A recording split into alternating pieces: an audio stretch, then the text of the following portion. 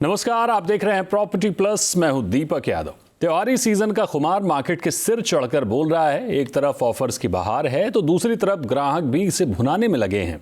बात अगर real estate sector की हो तो इस बार डेवलपर्स, एक्सपर्ट काफी बुलिश हैं घरों की बिक्री को लेकर।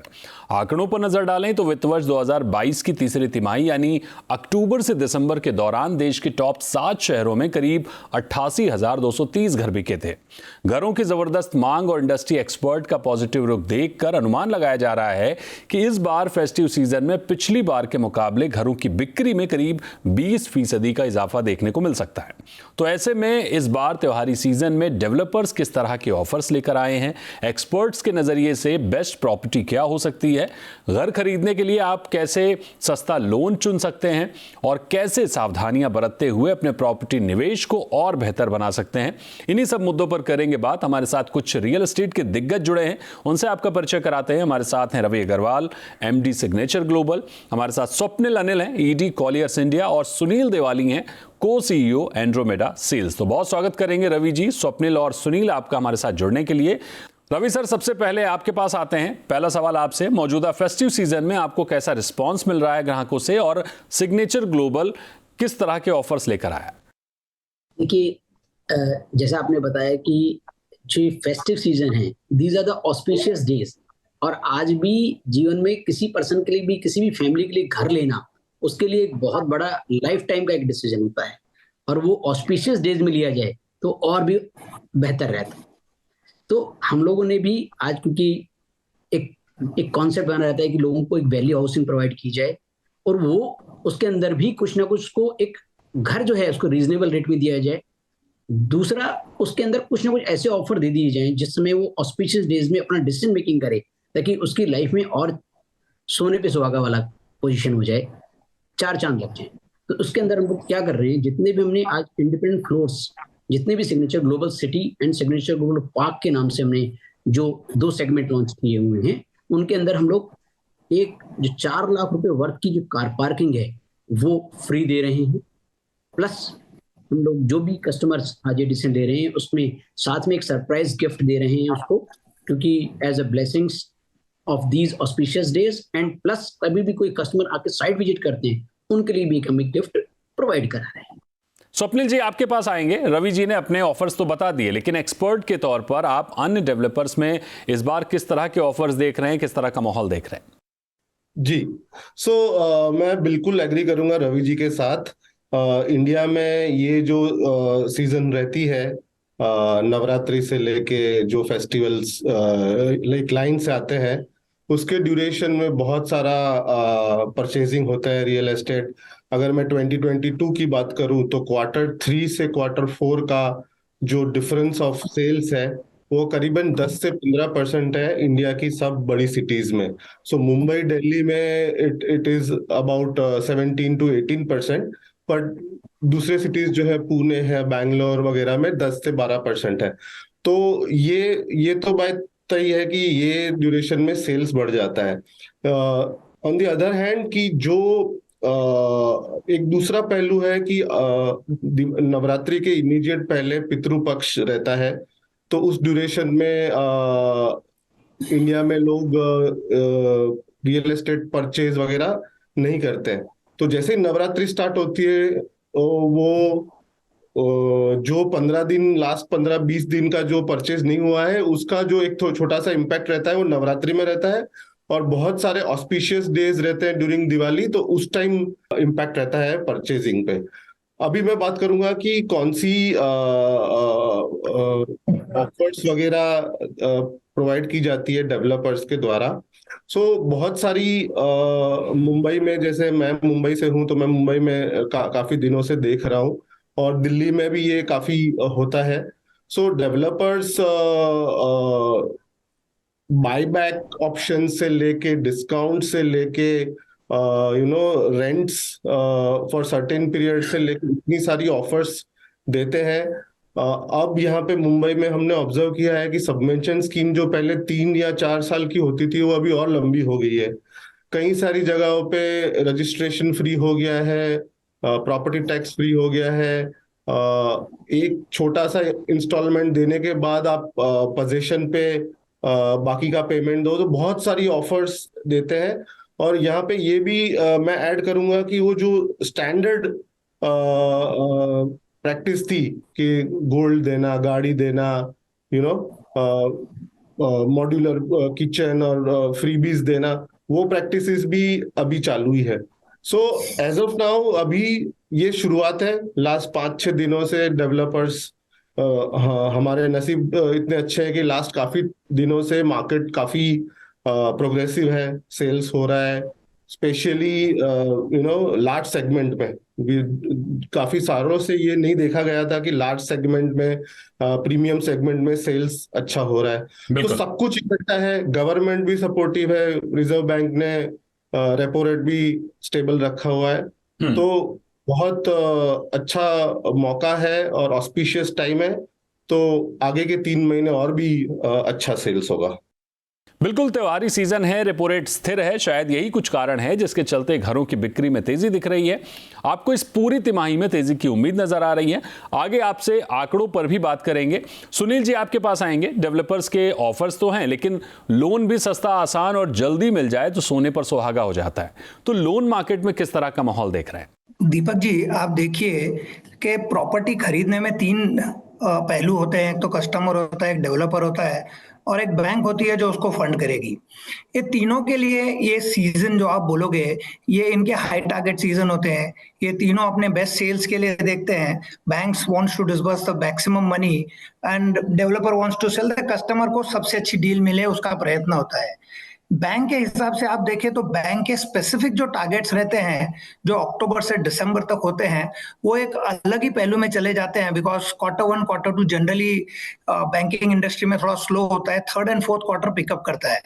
तो यहाँ पर बैंकर्स जनरली एक स्ट्रेट टाई अप कर लेते हैं डेवलपर्स के पास, स्पेसिफिक स्कीम्स कर लेते हैं। डेवलपर वैसे एक स्कीम बनवा लेते हैं जहाँ पे वो 3 या 4 साल का इंटरेस्ट सबवेंट करेंगे कस्टमर के लिए। ये स्कीम्स आ जाते हैं, डिफर्ड पेमेंट की स्कीम आ जाती है। यानी आप लगभग मुझे पूछो तो अगर कस्टमर प्रॉपर्टी ले रहा है और बैंक को उस कस्टमर पे कंफर्ट है लोन देने में, तो आज के माहौल में आप कहोगे तो किसी भी तरह की फैसिलिटी से कस्टमर को लोन दिया जाता है। और जिस हिसाब से स्टेबल रेट ऑफ इंटरेस्ट भी चल रहा है अभी लास्ट 3 महीने से, तो इसमें काफी डेवलपमेंट लग रही है। और ये जो developer and as a selling unit all put together, इनको एसोसिएट करने के लिए आई थिंक बैंक बहुत कॉम्प्लीमेंट कर रही है पूरे दोनों सेगमेंट के लिए। So it's a good news for everybody, for a developer, for a guy who selling the property and the guy who buying the property. It's a win win situation. Plus festival, तो ऐसे ही इस देश में festival की अलग value होती है, तो उसको और ऐड करे। जरूरत तो सभी की है घर लेने की। I think it's a right opportunity from for all the business prospective. Ravi sir, इस फेस्टिव सीजन में आपने सेल को लेकर क्या टारगेट तय किए? देखिए, ऑलवेज हमारा कोशिश, लास्ट ईयर भी जिस तरह से हम लोगों का जो सेल्स रहा है, प्री सेल्स रहा है, वो सेल्स भी फर्स्ट हाफ के मुकाबले जो सेकंड हाफ है वो ऑलवेज काफी अच्छा ग्रो किया है। और वो हमारे यहाँ कभी यहाँ तो अगर हम H1 की बात करें, जो लास्ट ईयर हमारा फर्स्ट हाफ गया था, वो करीबन तो 1320 करोड़ रुपए की आसपास की सेल गई थी। जो लास्ट ईयर में अभी करंट सेकंड, अगर हम सेम टू H1 से सेम इस साल का H1 कंपेयर करें, वो 37% अप गया हुआ है। उसी तरह से जो सेकंड हाफ है, वो पिछले साल भी H1 से H2 अच्छी परसेंटेज रही थी। तो वी आर एक्सपेक्टिंग कि हम लोग कोशिश करेंगे, we are aspire to gain that kind of momentum.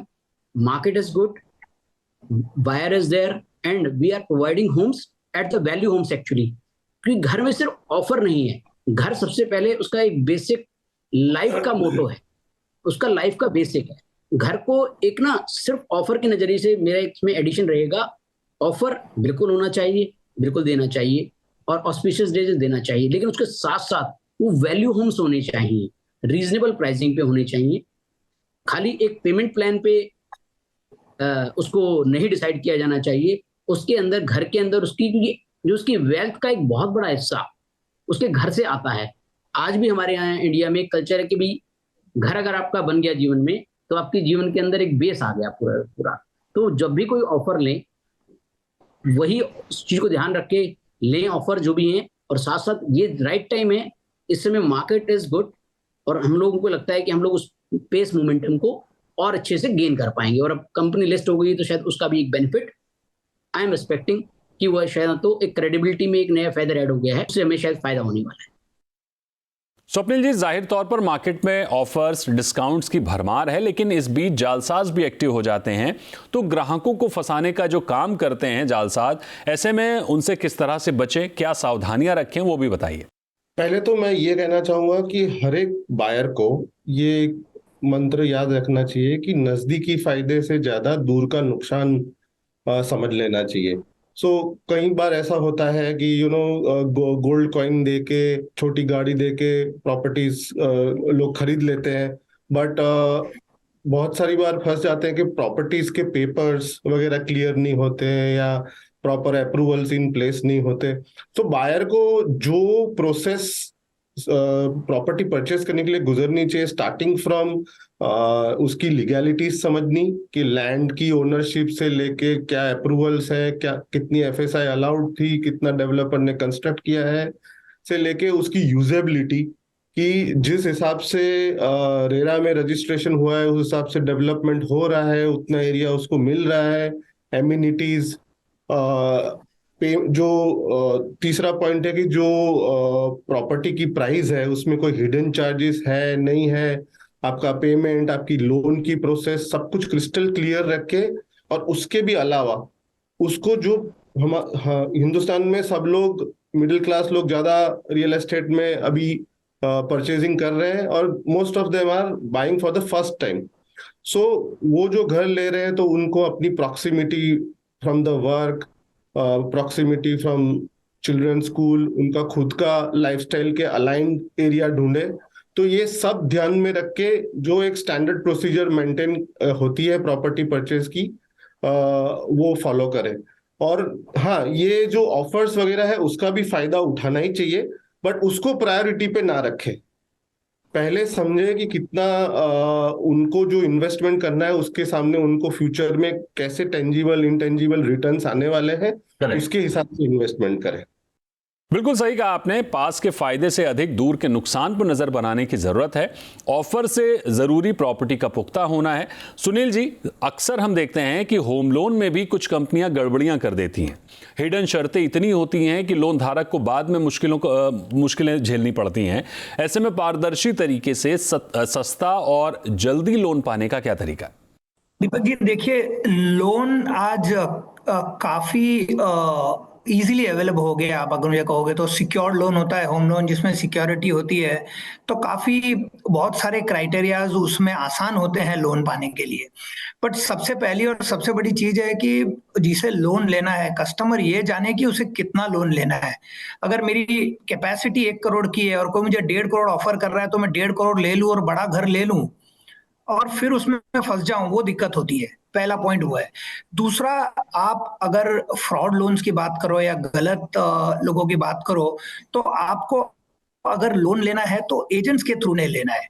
जो डिस्ट्रीब्यूटर्स हैं बैंक के, प्रॉपर डिस्ट्रीब्यूशन के थ्रू लोगे तो आपको इसमें आप फंसोगे नहीं। एक दूसरे, बैंक कोई भी लोन करता है तो अपनी टर्म्स एंड कंडीशंस, उनके लोन डॉक्स जिसको बोलते हैं, लोन डॉक्यूमेंटेशन जो होते हैं जिसको साइन करता है कस्टमर, उसे एक बार बराबर से पढ़ लीजिए। कोई भी ऐसी शर्त आपसे बैंक या एनबीएफसी नहीं ले सकती जो उन्होंने उस डॉक्यूमेंट में आपने साइन नहीं किए। तो उसका क्राइटेरिया बहुत क्लियर होता है। लोग क्या करते हैं, वो डॉक्यूमेंट जो होता है थोड़ा बड़ा होता है, उसमें 50-70 साइन सिग्नेचर्स करने होते हैं, तो लोग पढ़ते नहीं है। जनरली लोग उसको साइन कर देते हैं, सबमिट कर लेते हैं, फिर उसके बाद दिक्कतें चालू होती है कि अपफ्रंट फीस कितनी बोली थी, प्रीपेमेंट पेनल्टी कितनी बोली थी, अगर प्रीपे करोगे तो आपको कॉस्ट लगेगी। ये सारे क्राइटेरिया अगर आप लोन डॉक्यूमेंटेशन कस्टमर पढ़े तो कभी उसको दिक्कत में नहीं होगी। तीसरी बात, आप समझिए, बैंक हो या एनबीएफसी हो, जो भी अपने कस्टमर को लोन देता है वो चाहता है कि कस्टमर वो लोन रखे और ईएमआई बराबर से दे। उनका interest is that the customer page the interest back. अगर कोई गलत शर्त से करोगे और कस्टमर 6-8 महीने के बाद चले जाते हो, it's a portfolio loss for bank also. So bank and institute never want to have a wrong commitment. They would always prefer a crystal clean blueprint of whatever the deal is all about. तो it is customer के interest में है कि customer थोड़ा ध्यान दे कहीं सुनी बातें बने जाए, कोई आके कमिट करे, आपके दफ्तर में आके कमिट करके जाए, आपको मैं ये करा दूंगा, ऐसे करा दूंगा, वैसे करा दूंगा, इससे बात कर दूंगा, बातों से कुछ नहीं होता। Everything works on what is called as paper. So paper में जो शर्तें होंगी वो बैंक एनबीएफसी ऑनर करती ही करती है, because it works under strict RBI guidelines. इसमें कोई और नहीं हो सकता। हाँ, हमें सावधानी बरतनी है कि हम अपने टर्म्स एंड कंडीशंस बराबर से पढ़े, समझे, और नहीं समझे तो अपने सीए या किसी के साथ डिस्कस करें। बिल्कुल, चर्चा को जारी रखेंगे। काफ़ी कुछ अहम बातें हैं जिनको फेस्टिव सीजन में करने की ज़रूरत है, सावधानियां कैसे बरतने की ज़रूरत है, ऑफर्स क्या हैं, इन सब पर तो हम बात कर ही रहे हैं। और भी अहम बातों पर बढ़ेंगे आगे, लेकिन एक छोटे से ब्रेक के लिए रुकते हैं।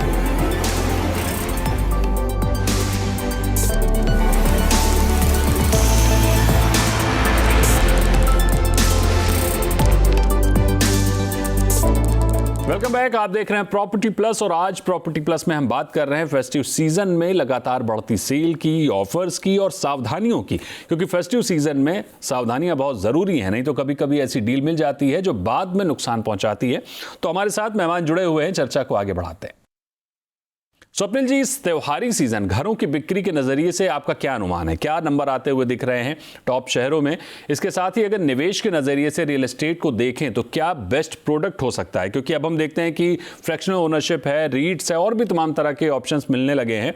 तो निवेश के लिए जो सबसे बेहतर हो, जिसमें सबसे अच्छा आरओआई भी निकल के आए, तो बेस्ट क्या हो सकता है? आपके प्रश्न का पहला भाग कि किस तरह की बिक्री रहेगी, तो मैं थोड़ा पहले लास्ट ईयर के नंबर्स पे ले जाऊंगा।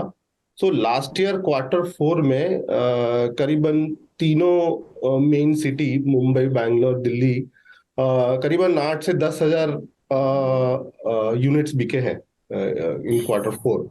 और बाकी सिटीज में हैदराबाद में भी 8,000 प्लस यूनिट्स बिके हैं। पुणे हाईएस्ट था अबाउट 15,000 यूनिट्स और चेन्नई वाज अबाउट 3,430। नाउ हम लोग लास्ट 10-15 दिन से जो डेवलपर्स के साथ इंटरेक्ट कर रहे हैं, तो इस बार जो रिस्पांस उनको मार्केट से मिल रहा है वो काफी एक्साइटिंग है। डेवलपर्स एक्साइटेड है और वो प्रोडक्ट्स लेके सही लोकेशन पे बैठे हुए हैं। तो मेरा ये मानना है कि जो लास्ट ईयर के नंबर से उनसे ये क्वार्टर में एटलीस्ट 10 से 12% ज्यादा सेल्स, ये मैं एकदम नीचे की फोरकास्ट कर रहा हूँ। इससे ज्यादा भी हो सकता है, पर मेरा ये मानना है कि हर एक सिटी में, स्पेशली मुंबई, बैंगलोर, हैदराबाद और एनसीआर, कम से कम 10 से 12% ज्यादा सेल्स होगा ये क्वार्टर में। सो ये मेरा फर्स्ट क्वार्टर ये बिक्री के बारे में मानना है।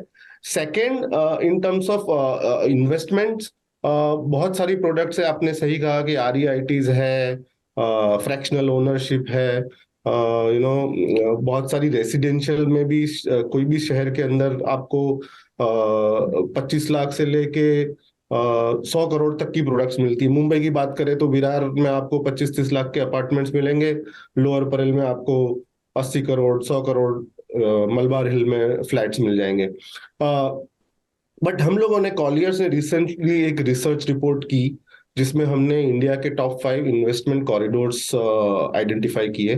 वहां पे हमने एक चीज ऑब्जर्व की कि जो प्रोडक्ट्स है इंडिया में, जो आपको कि ग्रोथ कर्व पे इनिशियल स्टेज पे है, कि लेट्स से कोई अफोर्डेबल हाउसिंग प्रोजेक्ट है जो एक ग्रोथ सेंटर में बैठा हुआ है, कि प्लॉटेड डेवलपमेंट प्रोजेक्ट है जो एक ग्रोथ कॉरिडोर पे है, तो वैसी प्रोडक्ट आप खरीदे और उससे आप रेंटल इनकम भी कमाएं, कि क्योंकि वो ग्रोथ सेंटर पे है, ग्रोथ कॉरिडोर पे है, तो आजू बाजू इकोनॉमिक एक्टिविटीज रहती है, तो उससे आपको एक रेंटल इनकम आती है।